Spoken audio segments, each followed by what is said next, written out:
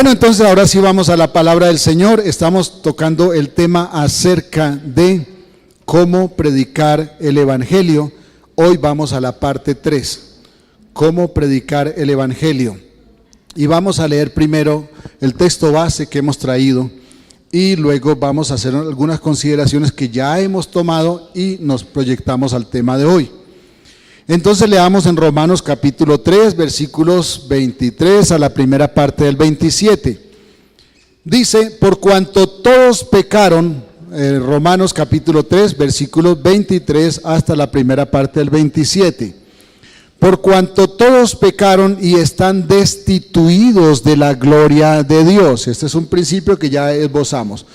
Todos pecaron y están destituidos de la gloria de Dios, siendo justificados gratuitamente por su gracia mediante la redención que es en Cristo Jesús, a quien Dios puso como propiciación por medio de la fe en su sangre, para manifestar su justicia a causa de haber pasado por alto en su paciencia los pecados pasados, con mira de manifestar en este tiempo su justicia, a fin de que Él sea el justo y el que justifica al que es de la fe de Jesús. ¿Dónde pues está la jactancia? Queda excluida. Nadie puede jactarse de quién es delante de Dios, porque somos salvos por gracia. Alguien pagó lo que nosotros no pudimos pagar. Gracias, hermanos, que levantan esta canasta allí llenita. Creo que la olvidamos a la hora de los anuncios, pero muchas gracias. Vimos, hermanos, ya en las sesiones pasadas que todo creyente debe evangelizar. Todo creyente, esto no es una cosa de los predicadores, a todos nos corresponde evangelizar. Y debemos por eso aprender, saber cómo hacerlo correctamente, cómo predicar correctamente. Y por eso entonces necesitamos conocer el verdadero evangelio que vamos a predicar para no estar diciendo cosas que no corresponden a la voluntad de Dios. Debemos entonces conocer a Dios. Eso ya lo estudiamos. Debemos conocer a Dios. ¿Para qué? Para que cuando estemos predicando, la persona que recibe el mensaje pueda entender que está perdido y necesita la gracia de Dios en Cristo para ser salvo, o de otra forma ir al infierno. Ya hablamos de que no se puede predicar si no se habla de quién es Dios. ¿Para qué? Para que comprendamos la distancia que hay entre Dios y nosotros. Cuanto más conocemos a Dios, más nos conocemos nosotros, más nos sentimos perdidos. Y entonces la única salida que nos queda es pedir misericordia. Y cuando pedimos misericordia, hay una mano tendida que se llama Jesucristo, siempre dispuesto a levantarnos.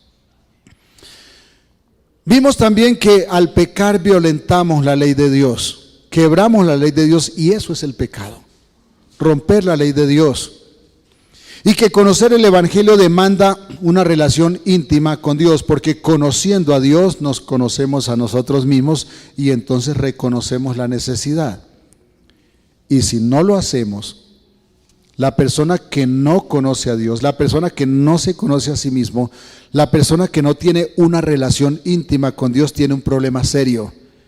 Es que se autodestruye, porque hace cosas que le destruyen, hace cosas que le dañan. Vamos a orar entonces un momento. Señor, gracias, porque tú has tenido tanta misericordia que no has permitido que lleguemos a la autodestrucción total.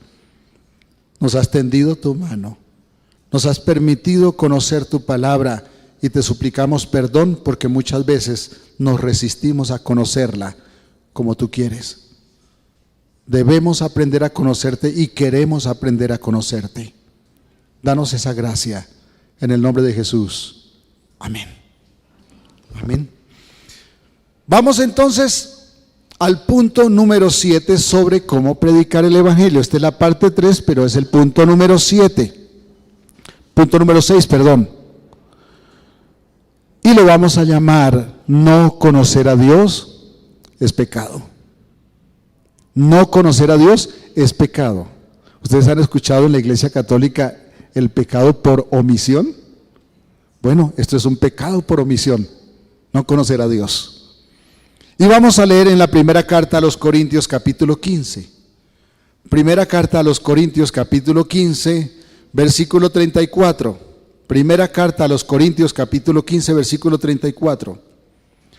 Velad debidamente y no pequéis, porque algunos no conocen a Dios. Para vergüenza vuestra lo digo. ¿Qué dice? Velad como es debido, es decir, velen con diligencia y no pequen, porque algunos no conocen a Dios. Y no lo digo con mucho orgullo, dice el apóstol Pablo, lo digo para que sintamos vergüenza. La falta de conocer a Dios y la moralidad en la congregación tiene una relación directa. Menor conocimiento de Dios produce una moralidad baja en la vida de los creyentes. Y las faltas a la moralidad se constituyen en pecados contra la ley de Dios, porque Dios es una persona moral, es más, es perfecto. Y al ser perfecto es 100% moral. ¿Qué tiene que ver esto con el Evangelio?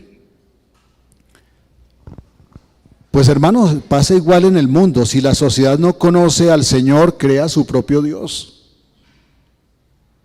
Y ese Dios que crea una sociedad sin Dios, sin el Dios del cielo, ese Dios que la sociedad crea es un Dios a su imagen, porque ¿cómo se imagina alguien que no conoce a Dios a un Dios? ¿Cómo se imagina alguien que no conoce al Dios verdadero?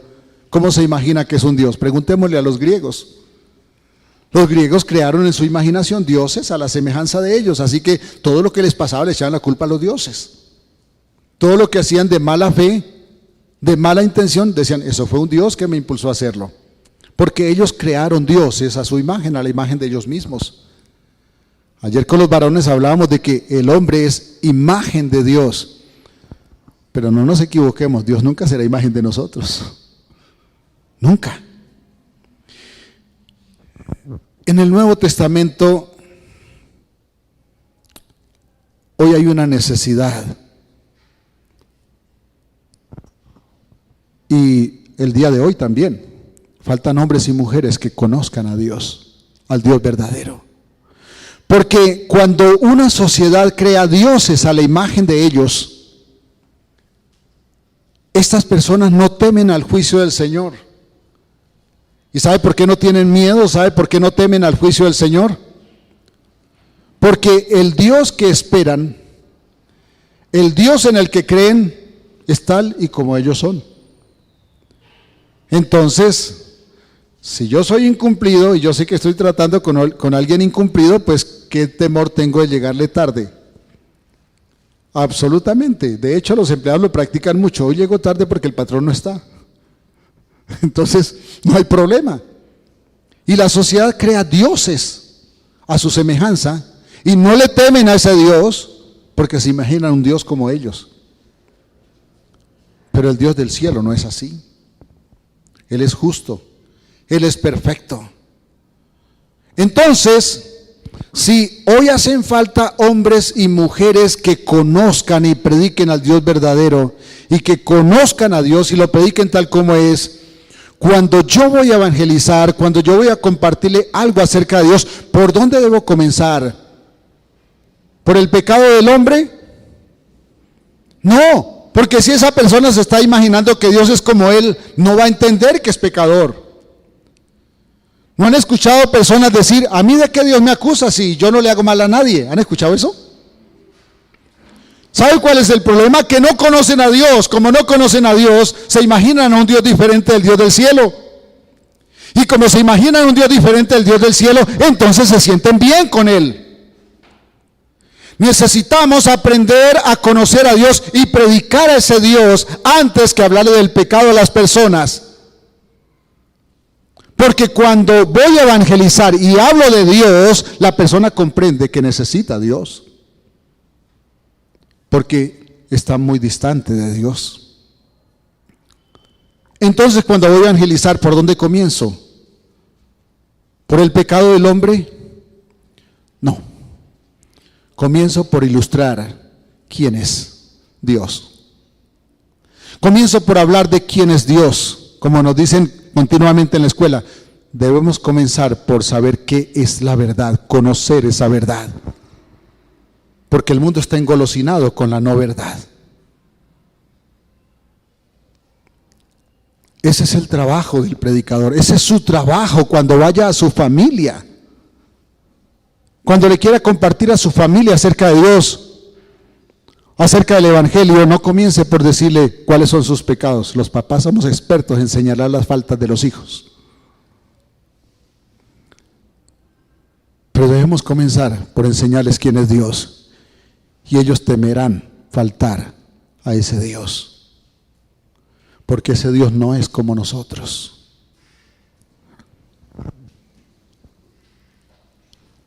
El trabajo del predicador es hacer que el pecador entienda que tiene problemas con Dios, porque Él no es como nosotros. Ese es el trabajo del predicador, que nos hicimos enemigos de Dios por el pecado, porque Él es santo y es justo, y yo no.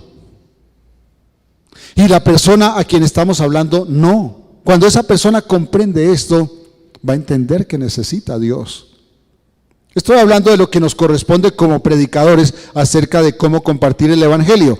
Todos sabemos que la obra la hace Dios, pero no se nos olvide que somos sus instrumentos, y si no lo hacemos bien, entonces no vamos a tener resultados. Mandará Dios a otro. Pero ¿cuántos padres están desesperados con la actitud de sus hijos frente al Evangelio? Es que hemos sido pésimos predicadores. Pregúntenle a Lot. Lot fue tan pésimo predicador que ni siquiera su esposa le caminó. Si el hombre aprende quién es Dios, su actitud frente a ese Dios, al Dios del cielo, cambia. Y algo tiene que suceder entonces. Si enseñamos correctamente quién es Dios, vamos a tener dos opciones de resultados cuando predicamos. O la persona reconoce que necesita arrepentirse, o se vuelve enemigo de Dios y hasta enemigo de nosotros. No hay dos opciones, no hay otra opción. O reconoce y se humilla y pide perdón, o se convierte en enemigo de Dios. Pero usted y yo habremos cumplido lo que nos toca. ¿Me hice entender? No se trata de señalar al pecador, sino es mostrarle a Dios para que comprenda quién es Él. Cuando mostramos a Dios y Él comprende quién es Él, entonces la obra está en manos de Dios. ¿Me hice entender? Algo va a pasar, hermanos, algo va a pasar. Algo va a pasar. Porque no conocer a Dios es pecado. Y no dar a conocer a ese Dios perfecto y justo es pecado. Es decir, pecamos como predicadores, pecamos como hijos de Dios cuando estamos hablando de un Dios que es como nosotros, en vez de presentar al Dios que es justo, y que como es justo, es terrible con el pecado. Número 7. Ya lo leímos en el texto base, Romanos 3:23. Por cuanto todos pecaron, ¿y qué nos pasó? Fuimos destituidos, y me gusta insistir en esa palabra, destituidos, es decir, expulsados para siempre de la gloria de Dios. Todos pecaron. Entonces el número 7 lo vamos a llamar conocer a Dios. Implica conocer sus atributos. ¿Cómo sabemos quién es alguien si no conocemos cómo es? ¿Cómo sabemos quién es Dios si no conocemos ¿Cuáles son sus atributos? Lo que lo identifican, su carácter. Debemos conocer sus atributos. Todos pecaron. Nadie puede entender este versículo excepto a la luz de los atributos de Dios. Nadie puede entender cómo es que somos expulsados. Porque es que muchas veces corremos enseguida a decir, no, pero es que mire, no se me asuste. No se me asuste que ahí está Cristo. Es más, otros han metido a la mamá de Cristo. Con ello no hay problema, mire. Sí hay problema, porque Dios es justo. Así que allí no vale mamá de Cristo, allí no valdría Cristo, a no ser que el ser humano reconozca su pecado, se humille y pida misericordia. ¿Que la va a encontrar? Sí, pero tiene que hacerlo. Si no lo hace, va al infierno. Ese es el Dios que tiene que conocer el pecador. Un Dios que no solamente odia al pecado. Nos gusta decir que Dios ama al pecador, pero probamos por la Biblia que Dios odia al pecador. Lo que pasa es que tiene misericordia, que es otra cosa. Pero la única forma de que Dios termine amando al pecador es que el pecador se arrepienta. Porque ya no será pecador, será hijo de Dios. Él no detiene su castigo sobre aquel que se rebela contra su palabra. Nadie puede entender cómo es que todos pecaron, cómo es que todos son expulsados de la gloria de Dios, a no ser que comprendamos quiénes somos. Y comprendemos quiénes somos porque entendemos quién es Dios. Luego entonces es vital que usted y yo conozcamos entonces a ese Dios. Y la única forma de saber que conocemos a ese Dios es que conozcamos los atributos de ese Dios. Por ejemplo, si preguntan, ¿cómo es Edgar Osorio, el pastor de la iglesia de Normandía? Calvo, de mal genio, no dura bravo 5 minutos. ¿Cómo es Dios? Debemos conocerlo. Debemos conocerlo.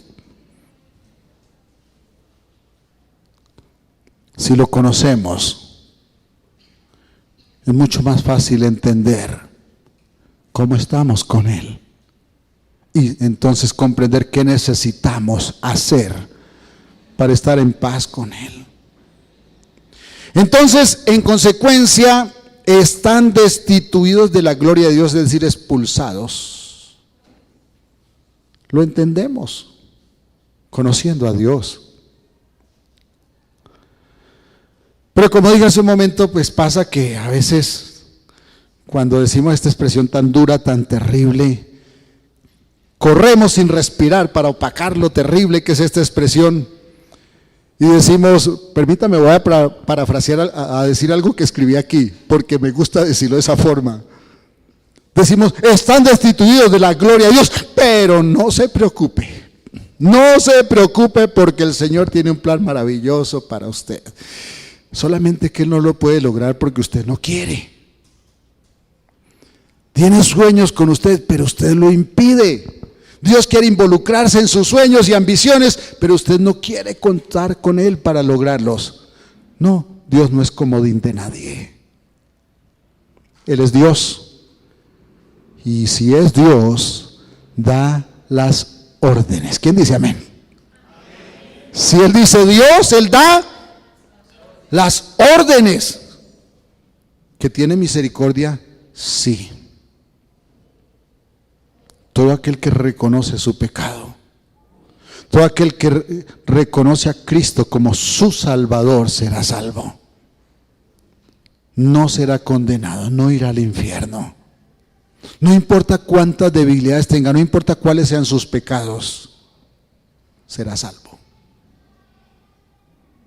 Si usted conoce a ese Dios y se arrepiente delante de ese Dios, no importa cuál es su pasado, cuál es su presente, Él le salvará. Porque Él hizo justicia en Cristo. No porque nosotros hayamos pagado, porque seamos tan buenos que podamos entonces ahora ir al cielo porque es que ya somos angelitos. No, es porque alguien pagó lo impagable. Es porque alguien se puso en mi lugar, en su lugar, para llevar la culpa que era suya y que era mía. Cuando decimos esto, hermanos, cuando nos ponemos a ablandar la cosa diciendo, pero no se preocupe, que Dios tiene un plan. Es que Dios ama, Dios odia el pecado, pero ama al pecador. Cuando corremos a decir esto, estamos sacando del contexto el texto. Y estamos adornando con un deseo iluso lo terrible de la sentencia. Porque es una sentencia terrible. Están destituidos. Fuimos destituidos de la gloria de Dios, de la presencia de Dios. Si decimos estas cosas, hermanos, para adornar esa frase tan dura, ¿sabe qué estamos haciendo? Estamos en la feria de las ilusiones. Y toda persona que compra ilusiones termina defraudado. Y nosotros no queremos que usted termine defraudado. Ninguno de nosotros quiere ser defraudado, ¿cierto? Entonces no compremos ilusiones. Compremos la verdad. Dice la palabra, ¿compra qué? Y no la vendas. Por ninguna cosa la vendas. Puede ser el predicador que llena 50,000, 80,000 personas en un estadio. Pero si no habla de la santidad de Dios, sino que tapa con argumentos ilusos esta verdad, está mintiendo. El modelo a seguir no es el predicador que llena estadios, el modelo a seguir es Cristo. Amén. El pecador debe entender a toda costa,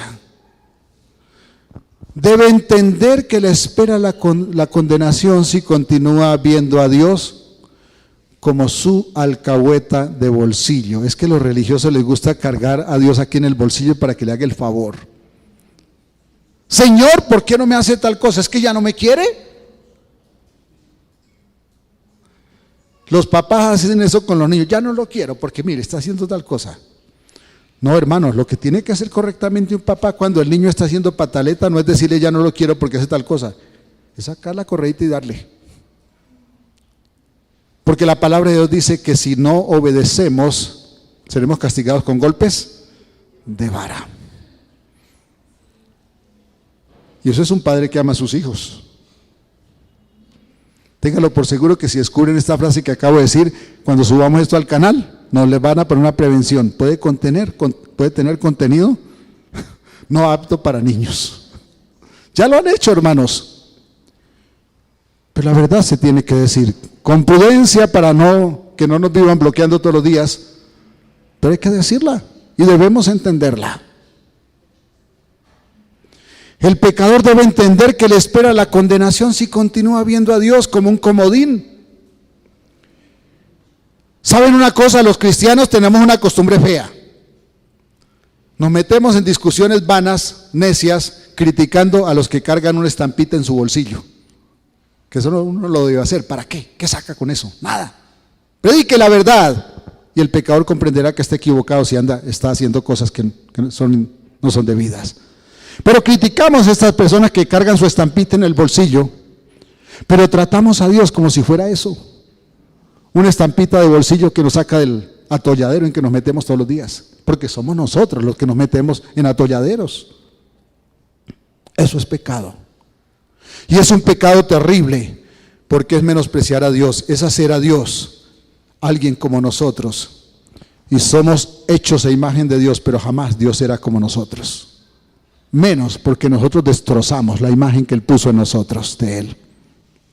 Este versículo, hermanos, acerca de que todos pecaron y están destituidos de la gloria de Dios, debe verse a la luz de todo el libro de Romanos. Ese es su verdadero contexto. Todo el libro de Romanos. Leamos, por ejemplo, Romanos 1:21.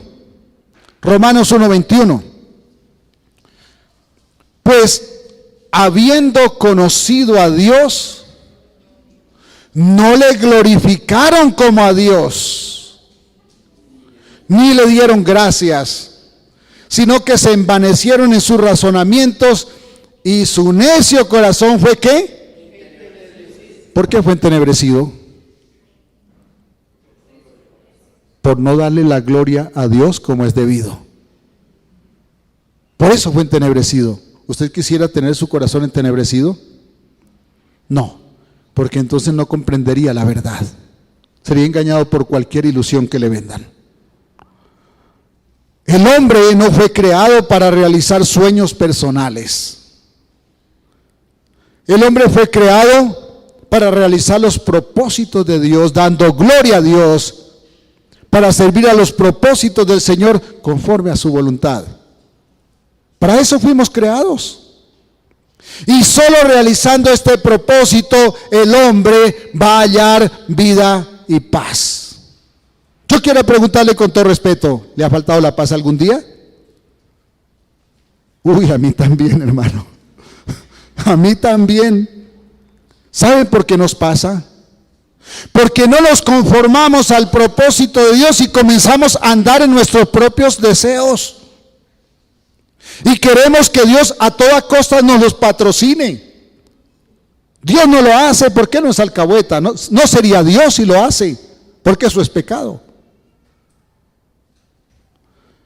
Solo realizando el propósito de Dios en nuestra vida, hallamos paz.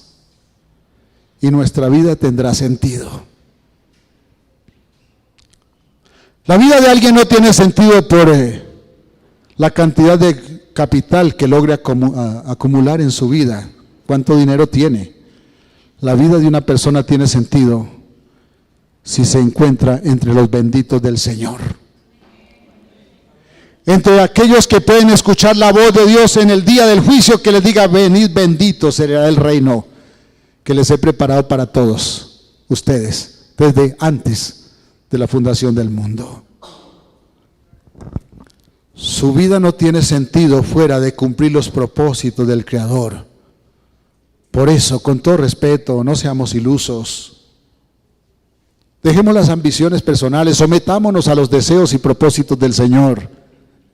Y entonces nuestra vida tendrá sentido. De otra manera será una vida vana. De otra manera no habrá paz. La paz viene como resultado de estar en buena comunión con Dios. De ahí viene la paz. Déjenme leer una frase de Agustín, el gran teólogo conocido como San Agustín, o que los cristianos llamamos Agustín de Hipona. Agustín decía: Señor, tú nos has hecho para ti. ¿Creen que eso es verdad? Así es. Y solo hallaremos descanso si descansamos en ti. Señor, tú nos has hecho para ti y solo hallaremos descanso si descansamos en ti. ¿Quién dice amén? Yo no sé por qué andamos escarbando y hurgando en otra parte, hermanos. Por tercos, por rebeldes, y después cuando nos duele la cabeza, entonces estamos llorando y diciéndole al Señor: ¿por qué? El problema siempre seré yo. El problema siempre será usted. Porque no nos ajustamos al modelo del Dios santo y justo y queremos que Él se ajuste a nuestro modelo viciado, perverso, hecho pedazos por nuestro pecado. Déjeme leer un texto allí en Deuteronomio 7, 9 al 11. Quería empezar a leerlo de una vez, pero sé que lo ponen allí, entonces prefiero que lo pongan para que usted lo pueda leer también. Deuteronomio 7, 9 al 11. Me gusta mucho ese texto. Tengo algunas enseñanzas sobre ese texto. Conoce pues que Jehová tu Dios, primero es Dios. Segundo, es Dios fiel, que guarda el pacto y la misericordia a los que le aman y guardan sus mandamientos. ¿Hasta por cuántas generaciones? Hasta por 1000 generaciones es la fidelidad del Señor. Es una forma de decir por siempre. y que da el pago. Aquí viene lo que a veces no nos gusta o que tapamos rapidito con frases bonitas y con ilusiones. Y que da el pago en persona al que le aborrece. ¿Qué le hace? Lo destruye, destruyéndolo, y no se demora con el que le odia. En persona le dará el pago. Guarda por tanto los mandamientos y estatutos y decretos que yo te mando hoy, que cumplas, para que no haga parte de eso. Aquí tengo yo subrayado eso con una tinta más oscura, porque Él no se demora dando el pago. Así que si a usted y a mí no nos ha destruido, es por misericordia, es porque nos sigue viendo a través de Cristo para poder tener misericordia. De otra manera no podía tener misericordia, porque Él es justo, es santo, es perfecto. Entonces no solo debemos enseñar quién es Dios y que el hombre es pecador, debemos también enseñar que la vida separada de Dios es vana, no sirve. Sin Dios la vida no sirve para nada. No decimos la verdad si no exponemos el pecado del hombre y la vanidad de la vida sin Dios. No para desnudar al pecador, porque nos gusta hacer carnicería del caído, ¿no? Y eso es perverso. No es para desnudar al pecador y dejarlo sin esperanza. No, no es para eso. Es para que pueda ver y reconocer su única esperanza, la gracia de Dios en el sacrificio redentor de Jesucristo. Para eso es que lo confrontamos con su pecado, porque a veces nos gusta señalar al que vemos que anda mal, es decir, señalar al que no nos parece que es tan perverso como nosotros somos perversos, porque señalar es perverso. No desnudamos a alguien de su pecado para dejarlo sin esperanza, sino para que reconozca que le queda una sola esperanza: Jesucristo crucificado. El trabajo principal del predicador entonces es arruinar la fiesta del que vive sin Dios. No es decirle no se preocupe hermanito, tranquilo que así está bien. No, es arruinarle la fiesta. Es lo que debemos hacer con los que amamos, hermano, para mostrarles entonces el evangelio, para que puedan ver la verdadera vida, para que sus ojos sean abiertos y comprendan que tienen necesidad de Dios. Debemos mostrar suficiente evidencia para arruinarles su fiesta y comprendan que necesitan a Jesús. La única forma de pedir ayuda es reconocer que uno está perdido. Si muestro suficiente evidencia y lo hago con amor, poco a poco, como lo hace el apóstol Pablo en Romanos, destruimos los argumentos. Dejamos sin excusa a quien está argumentando y sabe que es la única salida que le queda. Decir como dijeron allí en Hechos capítulo 2, varones hermanos, ¿qué haremos? Estamos perdidos.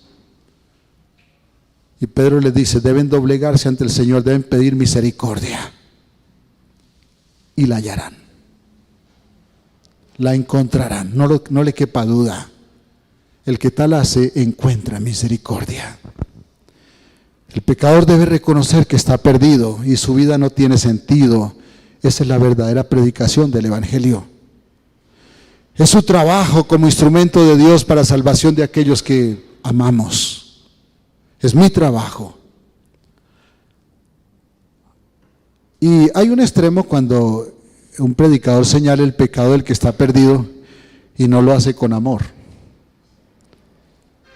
No lo hace con el corazón dolido y quebrantado, sino que lo hace con arrogancia. ¿Cómo se da uno cuenta que está siendo arrogante? Cuando señala. Esta semana hablaba con unas personas y yo les decía, mire, no se preocupen, no le estoy juzgando, yo soy igual, pero por favor tengo que decirle que esto dice la palabra de Dios.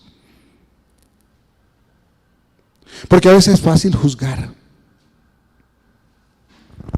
Y entonces, cuando hacemos esto, cuando nos falta el amor y señalamos, en vez de indicarle el camino de salvación, lo estamos enviando al infierno sin esperanza. Y allí no hay un evangelio correcto. Dice la historia que este gran predicador, George Whitefield, por allá un predicador del siglo XVIII, murió en 1770. Algunos lo consideran el gran predicador después de los apóstoles. Los historiadores dicen que este hombre lloraba mientras invitaba al predicador a reconocer su maldad y arrepentirse. Quizás tenemos que aprender a hacer eso, para que en vez de señalar a nuestros hijos, en vez de señalar al vecino, en vez de señalar al papá, a la mamá, a los hermanos, al esposo, a la esposa,